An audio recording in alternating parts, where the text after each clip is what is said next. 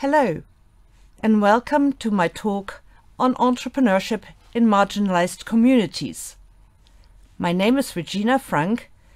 I'm a senior lecturer in entrepreneurship and innovation and faculty lead on entrepreneurship for sustainable development at the Montfort University, and I'm delighted to contribute to the intensive program on Beyond the Limits, developing creativity and entrepreneurship in schools at Sakarya University. So, why am I interested in the work with, in or for marginalized communities? Well, our project here is called Beyond the Limits. Beyond the Limits for entrepreneurship and creativity. But I also think that we need to go and think beyond our own horizon, beyond what we need individually as lecturers or as students, wherever we are in our communities. The world is large and the world is our oyster. And there are a lot of people who can do with more support in their communities to contribute fully and to live a full life.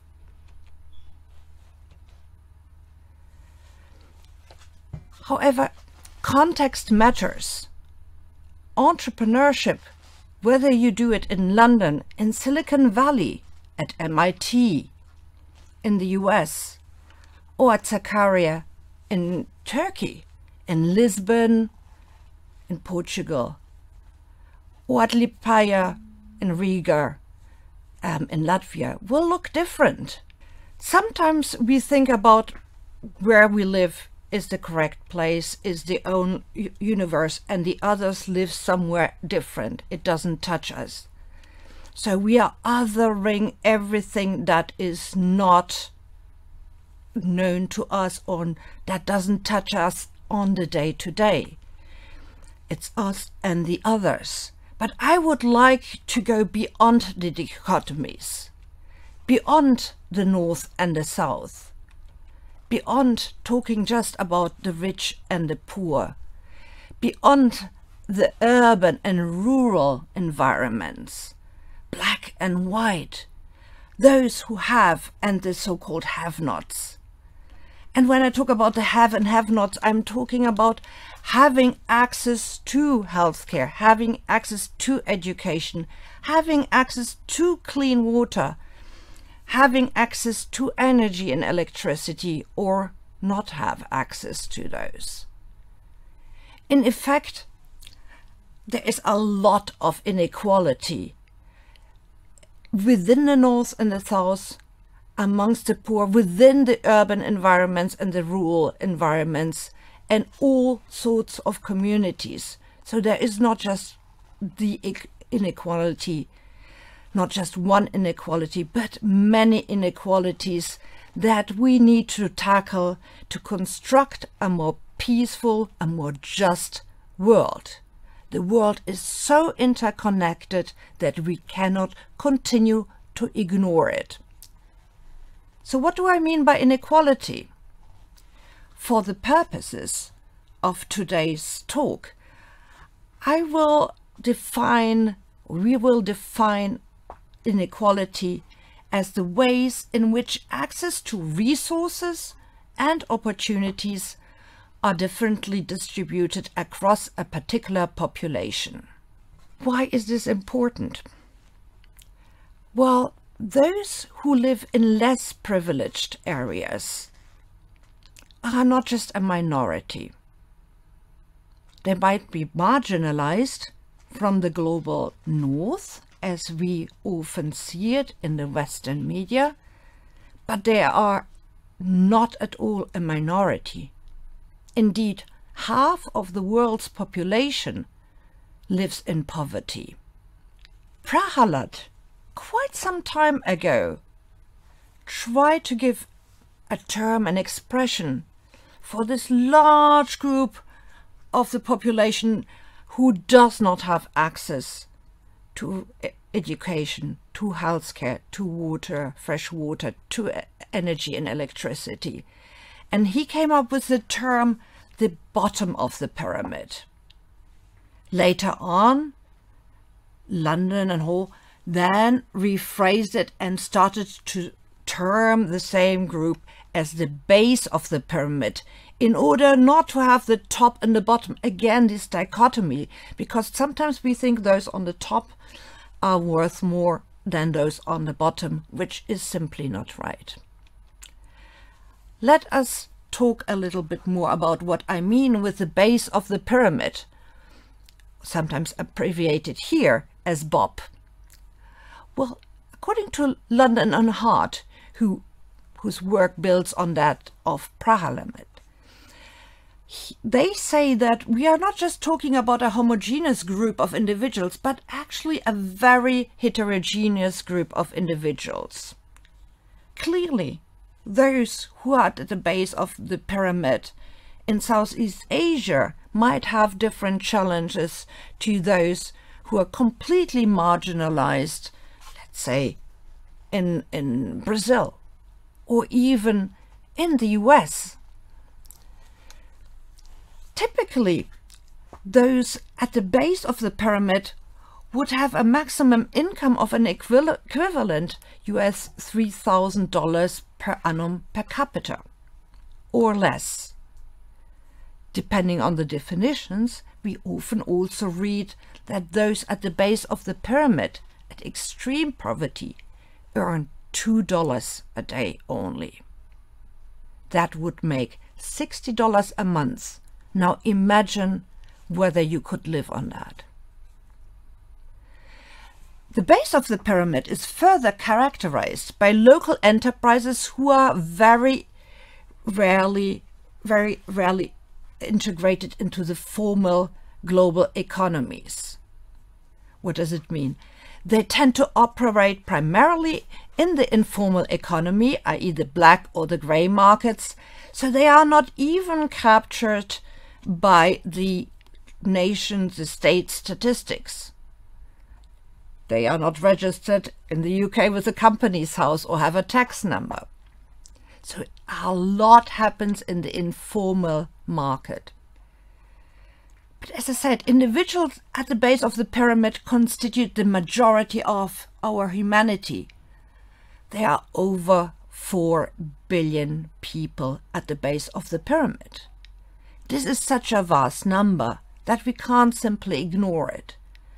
And whether for education purposes, for research, or simply for our work, we need to adapt our teaching, our lectures, our material to take into account the base of the pyramid. What are typical challenges for base of the pyramid individuals? Well, they have very limited income opportunities. Typically, where they live, there's a scarcity of potable water. There's a lack of public sanitation facilities. Often their nutrition is fairly poor.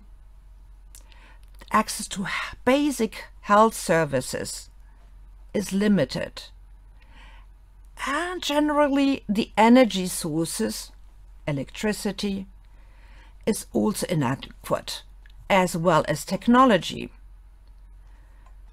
Nowadays we see ourselves all relying on mobile phones, you go to your bathroom to wash the hands. We take it for granted, right? This is not the environment in which half of the world's populations live.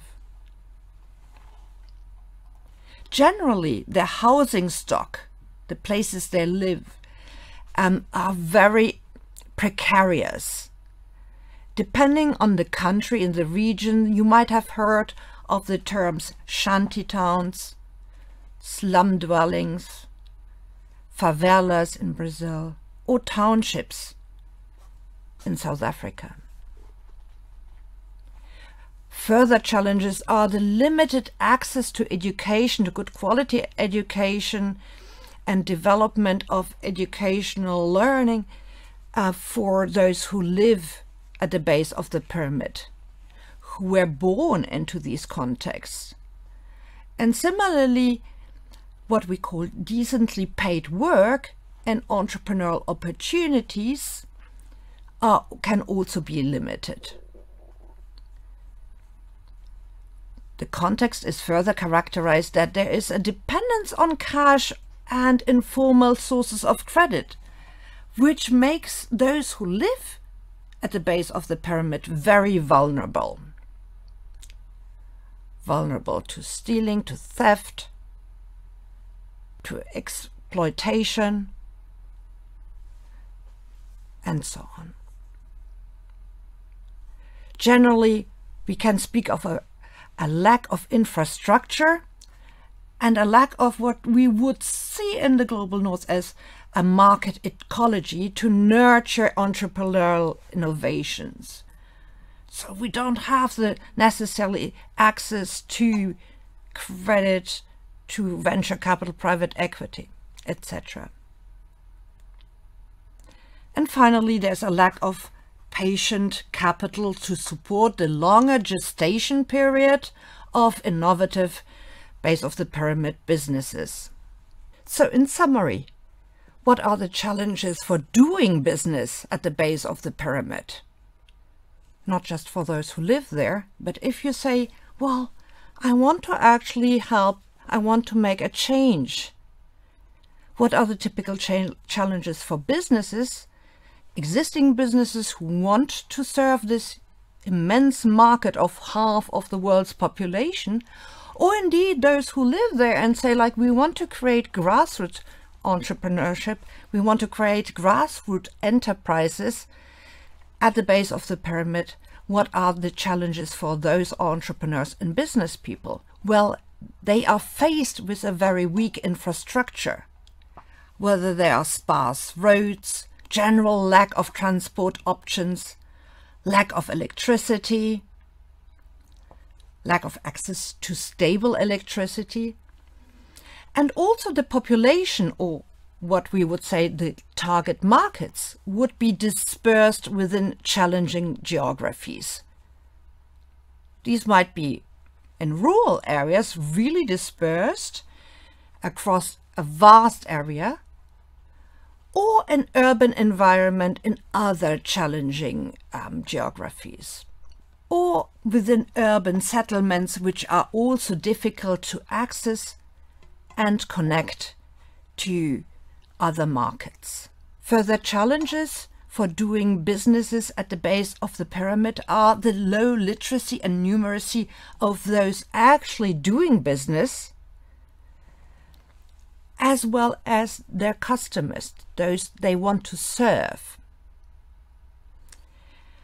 Altogether, there is a need to tailor existing products and services as well as develop new products and services tailored to the base of the pyramid markets. Solutions can be facilitated by leveraging ICT, and we've seen that now for quite a while with the so-called M-banking and examples like M-Pesa, who have vastly disrupted the banking system in Africa, particularly in the eastern part of Africa, for businesses as well as for the general population. So, what would be different strategies to serve the base of the pyramid market? I will give you a few examples relating to the finance industry, simply because there are studies which show that access and use of finance by individuals will have a greater impact on the development of the community than many another help. I will give you a few examples.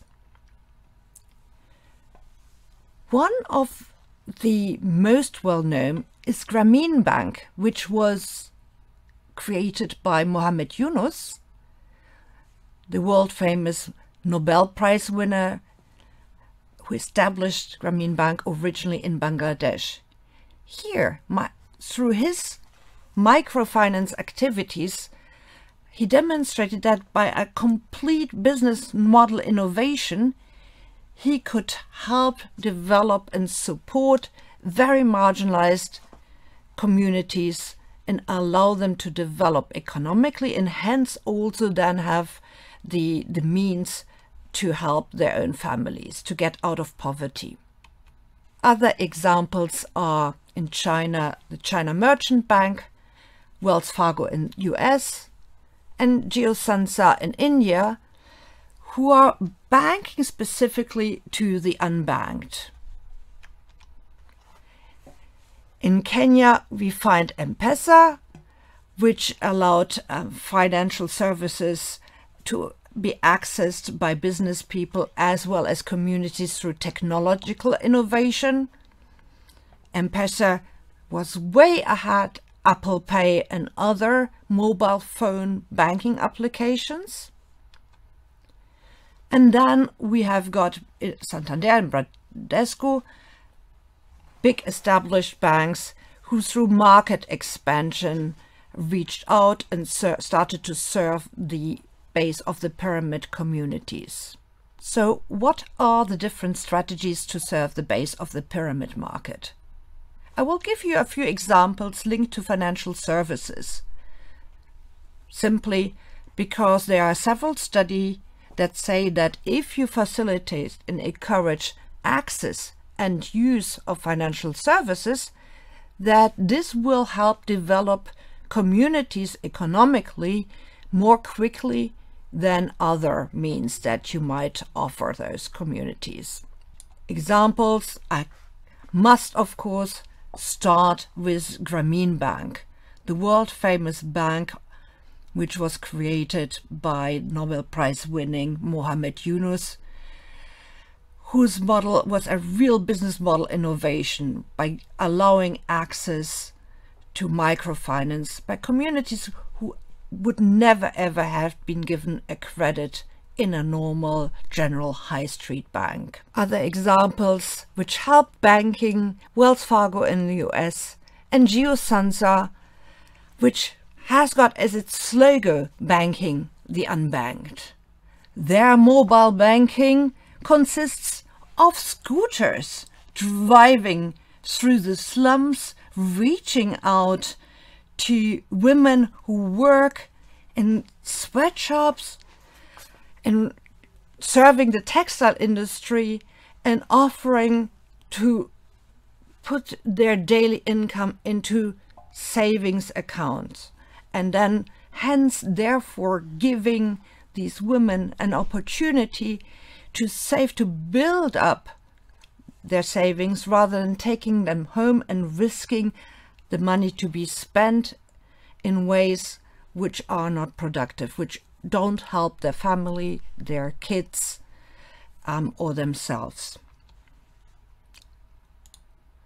Now, when we talk about mobile banking, we think of course of M-Pesa, which was developed in Kenya and is the star of the mobile banking service. Through technological innovation, a partnership with Vodafone at the time, the original mobile banking service was created, which really helped facilitate the access and use of financial services, both for communities, individuals, as well as for businesses first in Kenya and then throughout Eastern Africa. It is a true technological innovation and one of the prime case studies in the area. It was way ahead of what we know of Apple Pay and those apps that some of you might now use for doing mobile banking. And then more traditional strategies to provide services in new markets, even if we now talk about the marginalized communities in Brazil, were developed by Santander, were offered by Santander and Bradesco. They simply expanded their reach beyond the town centers to go into the communities, the favelas, to offer services there. In South Africa, First National Bank has been a prime example for having a market, for a successful market entry into a rather established banking industry, and differentiating themselves by the way how they opened their branches to Black communities living in townships. No more triple machine gun holding policemen standing in front of branches with I don't know how many glass doors to go through, but indeed open branches welcoming people in. But there is room for more. Of course, finance only facilitates businesses.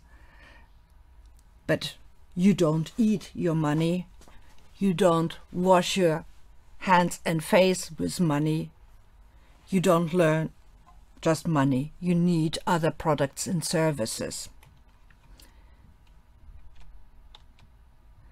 So there's generally more room, more opportunity for entrepreneurship, including social entrepreneurship, and indeed value creation at the base of the pyramid.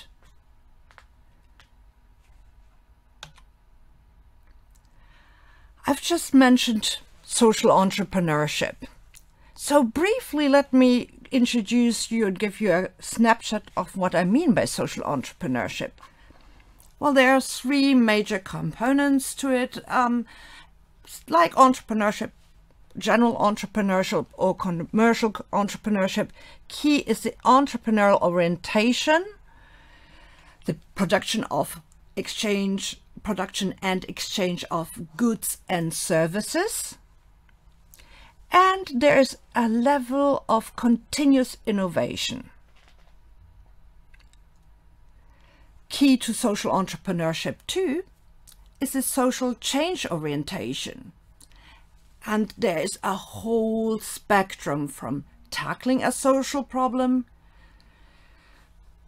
focusing on creating value not just at the profit basis, at the bottom line of a business, but indeed creating value at the triple bottom line, i.e. economic, social, and ecological value, or environmental value. At the other end, we have got social entrepreneurship, which goes right to social transformation, social innovation and social transformation. Another component is the component of sustainability. I mentioned the triple bottom line just now. So here we are concerned about solutions which address or ways to address an issue which are environmentally sustainable, i.e. not just businesses which serve a particular need of a community, but making sure that we don't cause lasting environmental damage by creating a product or service which serves that need. Of course, like any entrepreneurial ventures, social entrepreneurship needs also to be economically sustainable. It is no use of having a one-off initiative and then this collapsing due to lack of funding. And it is also important that the social entrepreneurial venture or social entrepreneurship in general is socially sustainable, both at the organizational level and at the societal level. Social entrepreneurship tackles inequalities and does not aim to contribute to further inequalities. Now, I just mentioned social entrepreneurship. Let me give you just a brief overview of key components of social entrepreneurship. Similar to general commercial entrepreneurship, we've got on the one hand side the entrepreneurial orientation, namely we are focusing on the production and exchange of goods and services. Entrepreneurial orientation also means that we don't stay static. There's always that seek of trying to do something differently, better. Whether it is a product, whether it's a process, whether it's recombining elements, to make it more efficient. Then key and core to social entrepreneurship is, of course, the social change orientation. We want to address social inequality. There are different grades, different shades, different levels of depth to the social change that we can achieve, that we can seek and achieve, from tackling a particular social problem in a local community to then also, as a business, making sure that we don't just look after the bottom line in the traditional sense by maximizing profits, but that we are aware of the triple bottom line, which looks at economic or financial sustainability, social sustainability and environmental sustainability. And on the other side of the spectrum, we really seek to address a social problem, but on a large scale, in a way which understands that this social problem might be a systemic problem, a multifaceted problem, where we seek a social transformation. Now, I just mentioned the triple bottom line. In effect, we want to develop social entrepreneurial ventures that are sustainable. And here I'm not just talking about the environmental sustainability, but also the economic sustainability and social sustainability. And the social sustainability in this case, both at the organizational level of the business as well as the societal level. So social entrepreneurship does not seek to address a determined problem by means which then create loads of other problems, at least in theory. In the practice, this still can happen, but that's altogether a different talk about the dark side of entrepreneurship and indeed the dark side of social entrepreneurship. This will be coming another time. I will be talking about this another time. Now, there are many different definitions of social entrepreneurship. There are so many that I will not list all of them here today, but I will just give you an overview about how we can group them into 4 major approaches. So on the one hand side, we've got the commercial non-profit approach, which uses where social entrepreneurs use commercial expertise and market-oriented methods in the non-profit sector. So you use business methods to address an issue without seeking to make a profit, i.e. you are operating in the non-profit sector. Then there's the social mission approach, which you might hear of in the UK.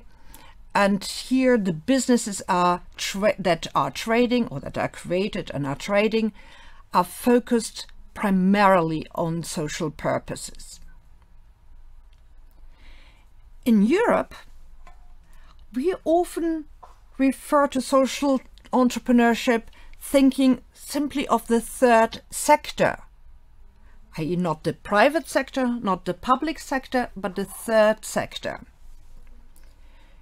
Especially in Europe, social entrepreneurship in the literature tends to emphasize the stakeholder involvement, i.e. not just so much the focus on the shareholders and the shareholder value maximization, but all stakeholders involvement. And social entrepreneurship here is for the benefit of the communities and their autonomy. We often here think of cooperatives. And finally, often we hear about the general entrepreneurship approach, where social entrepreneurship is almost seen like as a sub-theme of entrepreneurship. It's derived from entrepreneurship research rather than from social policy research. And here it emphasizes the mobilization of resources, of innovations, of recognition of opportunities, whether creation or discovery of opportunities, or a mix of both. We tend to see loads of articles in that area in the US American literature. However, myself and colleagues think of entrepreneurship happening throughout the economy. That said, for me, it is important to recognize that social entrepreneurship can happen everywhere, in all three major sectors: in the public sector, in the third sector, and in the private sector. Indeed, you can start your own business in the private sector, trying to address a social issue without wishing to maximize your profits. My view is that social entrepreneurship can happen throughout the economy, whether in the third sector, which some people seem to understand as the charity sector, or the not-for-profit sector, or in the public sector, or in the private sector, and in the interfaces of these three major sectors. Social entrepreneurship indeed is the activity, not the venture or the organization. And by social entrepreneurship, I understand using certain means, business approaches to address a social issue without maximizing profits. I understand as social entrepreneurship employing and adapting business-like activities, tools, strategies to address a social issue without maximizing profits. Now, let's come back to the marginalized communities. And what are the opportunities and challenges of entrepreneurship in these marginalized communities? So, how did it all start? Let's go back to 2006.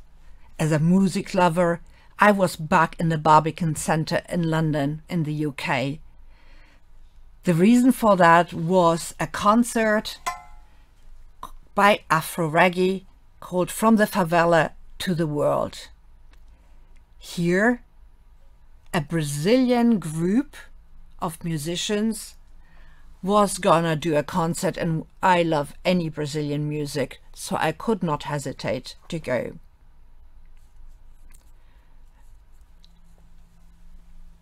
That concert was so captivating that it triggered an undying curiosity in the power of that organization behind Afro Reggae.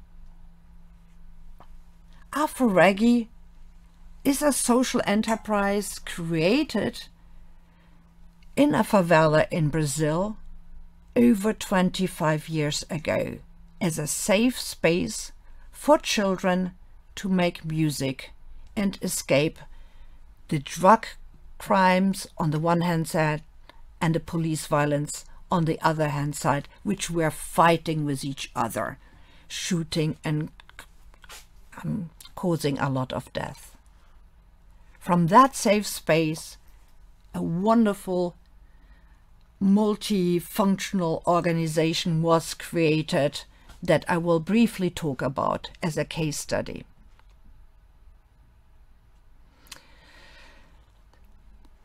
I mentioned my undying curiosity. Well, here I'm going upstairs to the offices of Afro Reggae because I wanted to find out how, with so little funding, with so little means, in an environment where people are accidentally shot, where kids are used as drug mules, where sometimes it, at least from the outside, was portrayed that getting involved in drug criminality was, or with drug crimes, was the only way to make money. How did they manage to create a sustainable, flourishing social entrepreneurial venture and help transform so many lives for the better. The context, again, is a context of the base of the pyramid, this time in Brazil. Where about in Brazil? Well, not in the Amazonas, not near the nice, beautiful Foz de Iguaçu waterfalls, but in Rio de Janeiro. Rio de Janeiro, which many of you might associate with the colorful carnivals. Rio de Janeiro, which is always mentioned, Rio de Janeiro, which is often also just called Rio de Janeiro, the Cidade Linda, the beautiful city. So what is the context? The context of Aforegi is one of the base of the pyramid. Where is it located? Where was it created, established, and where did it grow? Well, in an urban area of Rio de Janeiro, in Brazil. We often think of Rio de Janeiro in terms of carnival, flamboyancy, the beaches of Copacabana. Indeed, Rio de Janeiro, the Cidade Linda, the beautiful city. The reality of Rio de Janeiro is also very different, a very different one. One where 25% of the population lives in favelas. So, what is the context in which Aforegi was developed, established, and grew to become one of the success stories in favelas?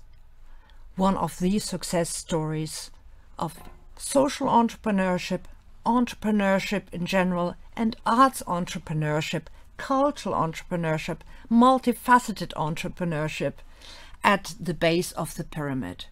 Yes, it is a context of the base of the pyramid, this time in Brazil. We find ourselves in Brazil and indeed in Rio de Janeiro. Now, most of us associate Rio de Janeiro with carnival, with the flamboyancy of the carnival music, the beautiful costumes, the beautiful beaches of Copacabana, the Sugarloaf, one where everything and anything can go. We call Rio de Janeiro the Cidade Linda, the beautiful city. But is that the reality? Is that the only reality? This is not the only reality. Indeed, for 25% of Rio's population, the reality is one of living, working, surviving in favelas. Favelas being precarious settlements characterized by extreme outbursts of violence, by so-called institutional voids, and by desperate poverty, all of which can hinder or can disrupt and make commercial activity so much more difficult, but it does not mean commercial activity does not exist. How many favelas are there? Well, I mentioned 25% of people in Rio de Janeiro live in favelas. Well, in Rio de Janeiro alone, there are more than 1,000 favelas. The issue, though, is that you don't find them all on Google Maps. So how marginalized can you feel if where you live is not even shown on the map? What is the effect on the identity of those who live there if you cannot be seen? We all have heard over time, to be is to be Googled. Well, the majority of favelas couldn't be Googled when I went there a few years ago. Here on these pictures that I've added on this slide, you find on the one hand side, the beautiful sugar loaf, and then also when we sit somewhere nice and safe in Copacabana and have a burger, right at the back of us, the hills go up, and you see another shanty town. So unlike other cities, the favelas are not just at the outskirts of the city, but intermingled in the entire city, and still not everyone is accounted for. We cannot ignore that anymore. So my question is, what has been the secret of success of Afro-Reggae, the Grupo Cultural do Afro-Reggae? Try to find a CD of this group. Look up their documentaries, also freely available on Vimeo. Try to find out their history and listen and watch how it has developed over time. They started, as I said, as a safe space for kids to make music together, developed into this educational settings where those kids were welcome. Everyone was welcome as long as they were not involved in drugs, and they needed to promise to also then go to school. What made them so successful to develop from that cultural and educational enterprise to one which almost became a job center for those living in favelas, for former prisoners, for those who otherwise would not be employed? How come they had developed in one of the major arts education centers funded by the government? How come that so many multinationals tried to sponsor them? One of the key mottos is, the culture is our weapon. We take ownership of our culture, and that's how we grow in our skills, our confidence, and realize that the world is also our oyster. That we are no longer going to be limited and othered by society. Let our voices be heard.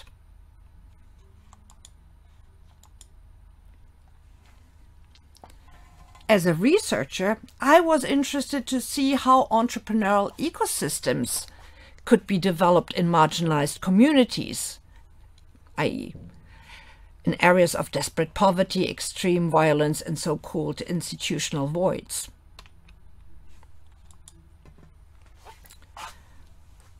There are a couple of really interesting stories of people I met with in Afro-Reggae and who themselves created new businesses within and then also linked to Afro-Reggae. Be it Willie Roy, a collaborator of Afro-Reggae. So who is Afro-Reggae? Well, let me give you just the highlights of a couple of stories of a number of individuals that I met within Afro-Reggae. There we got Willie Roy, a collaborator who is strong in developing causes of Black empowerment. Then we've got Laura Mendonça, a project manager for whom Afro-Reggae was really a case of life and death. Joining Afro-Reggae was really a case of joining life and death, and who now manages projects in the area of justice, social justice, legal justice, and also works with the initiatives Segunda Chance,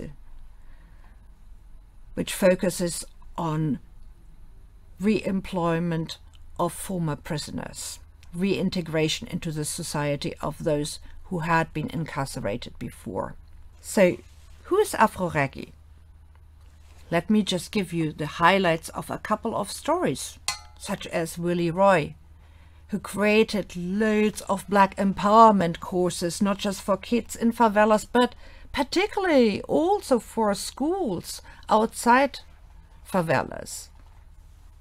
Then there is Laura Mendonça, for whom joining Afro-Regi was really a case of life and death.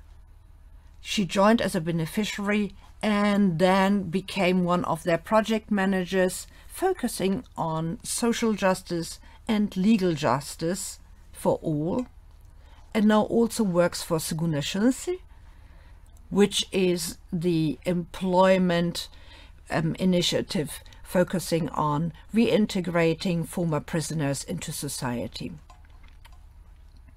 Then we've got Walter and Luca Marco with their initiatives and marketing of portraying Afro-Regi and those who live in favelas as better than what has been imagined. And for Luca Marco, who focuses on the fitness and loyalty of people who live in the communities of that Afro-Regi serves, in the communities of favelas. There's one of the particular projects which Afro-Regi created in collaboration with Google and J. Walter Thompson. I will read. Mapa aponta caminhos. A map shows pathways. Being represented means that you belong. And representation also has the power to unite people. Mapa não é caminho, ele é o caminho. A map is not just a pathway. It is the way. Por isso estamos fazendo o que ninguém conseguiu. Estamos colocando favelas no mapa.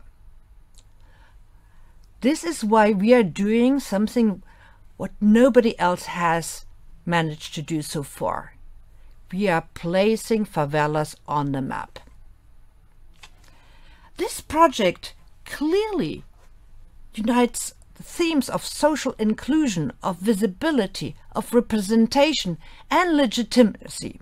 It is also a means towards poverty alleviation.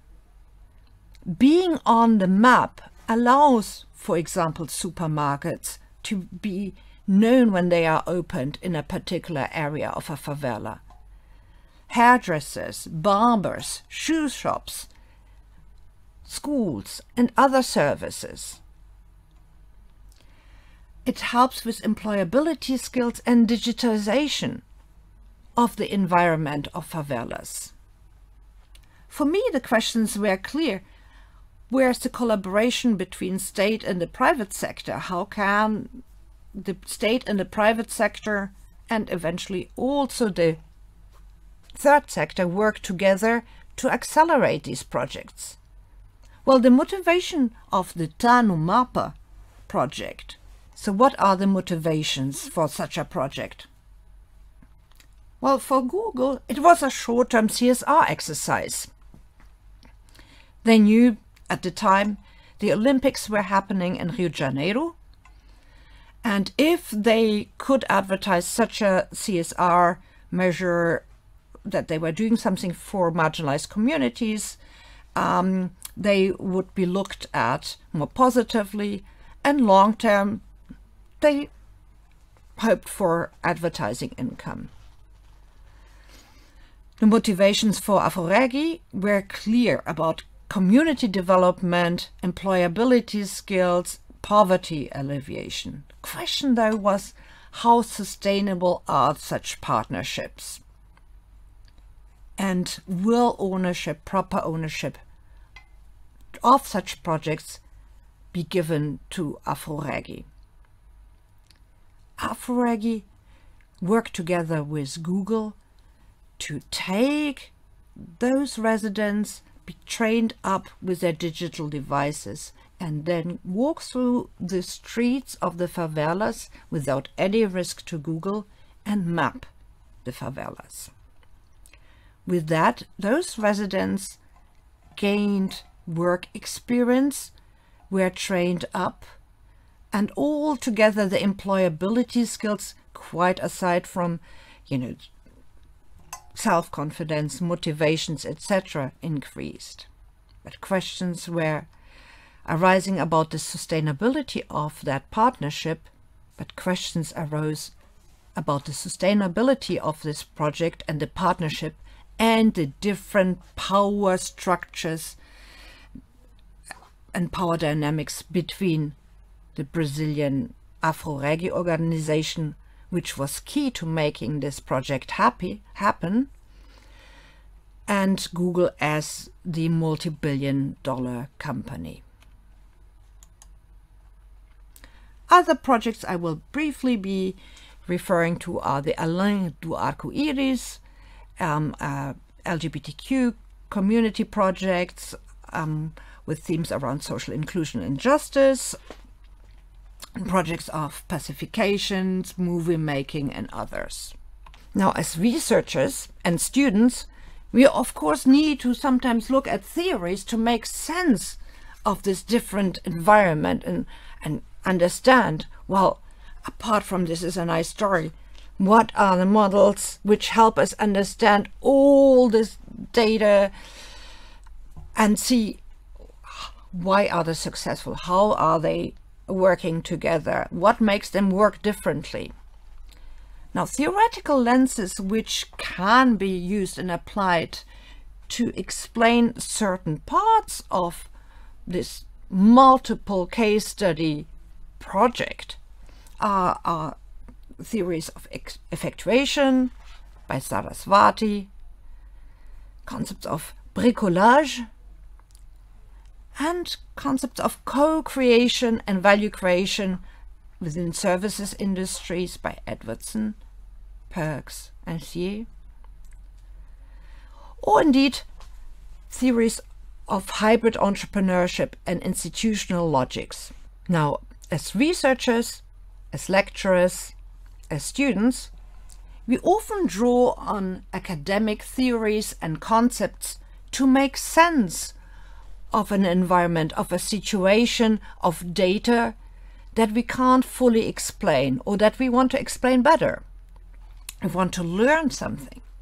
Also, I think from organizations such as Afro-Regi, we can learn how within resource-limited, resource-poor environment, marginalized environment, organizations and communities can develop at grassroots level, which transform the society and make it better, which transform certain communities and allow them to reach different levels of economic and personal and societal well-being. A few of these theoretical lenses that can be employed to look at not just aspects of Afro-Regi, but like at this series of case studies around certain issues connected with an organization such as Afro-Regi are the effectuation theory by Saraswati. This links to opportunity creation and discovery debates in the discipline of entrepreneurship.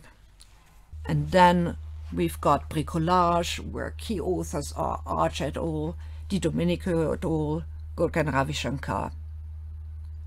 We can also draw from the services industry discipline, and concepts of co-creation and value creation have been explored and researched and disseminated by Edwardson, Perks et al., Edwardson et al., and Thier et al. We can also think about, well, where again in the sectors, the private, the public, and the third sector, does this actually happen? And here we draw on theories and concepts of hybrid entrepreneurship, of institutional logics. And key authors are Batiyana and Lee, or for the legitimization of social entrepreneurship, Havio et al. The preliminary findings from one of my studies, which with Afro-Regi relates to challenges and other benefits. So as a researcher, when we study within marginalized communities, work with marginalized communities, there are a number of challenges. Some challenges refer to the socio-political context. At the time when I was going back to Afro-Regi for the second time, there was the political turmoil of Dilma, President Dilma being impeached, which then led to neoconservatism and respective values, to an increase in racism and to continued institutional voids. At organizational level, challenges for Afro-Regi and similar ventures are typically found in human resources and finance. When I talk about human resources, what about leadership? Those who started up this organization originally as a safe space for kids to be sheltered from police violence, drug criminality, etc. And then the organization became an internationally known social enterprise, which even contributed to the United Nations definitions of poverty. What does it mean for their orientation of the leadership?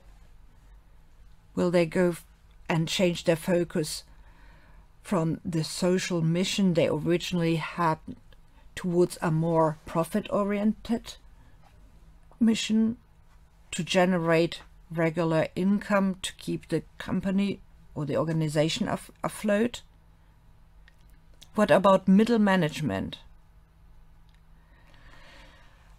How will they continue to be loyal to an organization where the mission and the vision might change over time? How do they feel about still serving the third sector or the private sector? What impact does it have on collaborators in terms of trust and professionalism? So finance, clearly being dependent on donations and even big companies' sponsorship, is tricky for maintaining the organizations long term and also growing their mission and widening the range of communities and the number and range of favelas that they can serve. Challenges generally are there is so much to do. So you need to decide which issue at the base of the pyramid will you tackle first. Is it one about safe spaces, about access to education, of access to justice, of access to food, nutrition? As a researcher, you ask also what is the research question that you will address first? What is the theoretical framework that you will choose to best analyze and make sense of a situation and learn? Will you change your direction over time the more you learn from and with the communities? And then there are challenges around data access. It is not as easy as one always would like to plan projects with communities across the globe. Even if you travel there, if you are collaborating with people living near those communities, how reliable are those gatekeepers who will allow you come and join the communities? Then there's the issue of timing. Last time I was there, it coincided almost with the Olympics. So people were really busy focusing on making the most out of the income generating opportunities in connection with sponsorship that so many of the Olympic teams and their sponsors came in for their own funding and future funding. And then for university staff, there is also a concern of safety because you are moving within a community that is not yours. You want to be sure that those in the projects are safe, that the beneficiaries, the communities you work with are safe, but also you as a researcher. Other challenges at times can be related to language. Now, I speak Portuguese, having grown up in Portugal, but the Brazilian Portuguese is slightly different. And then, even if I am familiar with the Brazilian Portuguese, when you translate, will you do a literal translation or will you do an interpretation? For example, in Portuguese, a black person, or in Brazilian Portuguese, a black person will be named either o preto or o negro. How will you translate it? The same is how frequent the use of travesti will be used as for people who are normally here referred to as transgender rather than travesti. So again, will you, in order to make sense of the data, of the spoken word, translate it literally or interpret? And then there is the question of ownership, which relates to ethical questions. As a white middle-class researcher, you can't just be parachuted into a favela and study them and go out back to your comfy little office, write a paper, publish, and then there's the question of ownership of the projects. This links to a variety of ethical questions, be it as a researcher, as a collaborator, as a social entrepreneur. You cannot just be parachuted into a favela and think that you will save the world, even if you have got good intentions. As a white middle-class researcher, you can't just go into a favela, treat the communities as research objects, extract the data which is helpful for your own personal research project, then escape to the global north where you type in your comfy office a paper which helps you with your personal professional job progression, and forget about those who were left behind. You can't assume that you know it better either. You need to take time to learn about these communities, to understand the issues and the priorities to be researched about from their point of view. It is important to co-create these projects with these communities and give ownership of the results to these communities as well. Make sure that your research as a researcher, your impact that you create as a student, as a volunteer, as a social entrepreneur, is an impact that impacts positively the communities. Make sure that the results, the impact, is a positive impact for those communities that you were privileged enough to work with, that you had the privilege to gain trust from. So what? I've spoken a lot about challenges, but there are also benefits, isn't it clear? Well, benefits of entrepreneurship, and indeed social entrepreneurship, in, with and for marginalized communities are not just for research, not just for teaching case studies. For organizations, they are for organizations, be them grassroots organizations within the communities or established organizations who want to serve the 4 billion living at the base of the pyramid. There are benefits in terms of policy which aims to alleviate the systemic inequalities, and for society in general. Imagine yourself as social entrepreneur. So what is your role in that? Well, just drawing briefly on Kickle and Lyons, I will say that the role of the social entrepreneur is to adopt a mission to create and sustain positive social value. You're relentlessly pursuing new opportunities that serve that mission, and you will constantly innovate, adapt, and learn with the communities that you aim to serve. Social entrepreneurs are some of the boldest entrepreneurs who act, who want to make a change with limited resources. Needless to say, their accountability to the constituencies, to the beneficiaries, to the communities that they serve is heightened, and the outcomes and the impacts as well. Drawing on the entrepreneurship literature, I want to briefly touch on the entrepreneurial mindset. The entrepreneurial mindset is a specific state of mind that orients you as a social entrepreneur towards discovery, creation, exploitation of opportunities. We need to go from the mindset to the actions. So entrepreneurs act on opportunities. They do not just imagine them. Entrepreneurship is really about the execution, is really about creating outcomes. If you see yourself as a social entrepreneur who wants to make a difference, who wants to create a venture in a space of marginalized communities, your new venture should create positive social and economic value, not or economic value.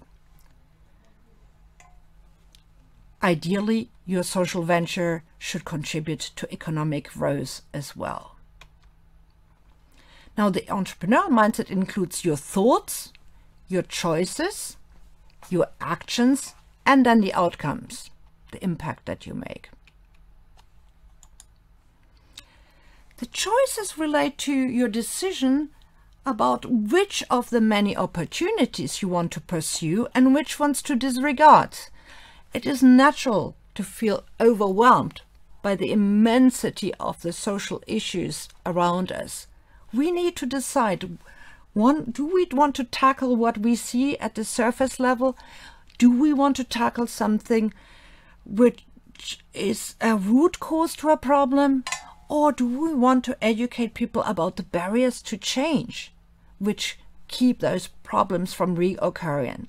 You need to decide based on your own dreams, passions, skills, experiences, and access to resources and networks, what is the best way forward? Which of these different levels of the problem constitute the opportunity that you can make the best impact with? So which is the opportunity that you want to pursue? Naturally, and as referred to, that is also largely dependent on your own ability to pursue the right opportunities in order to make it sustainable. If you are interested in finding more about our work with marginalized communities, or indeed collaborate to study, research, work with marginalized communities, do get in touch. I will also add a number of bibliographic references that can help you study in your own time, read about Afro-Regi and the research in your own time. I will start. I will also add a number of bibliographic references that will allow you to deepen your knowledge about entrepreneurship within and for marginalized communities. Thank you for your attention.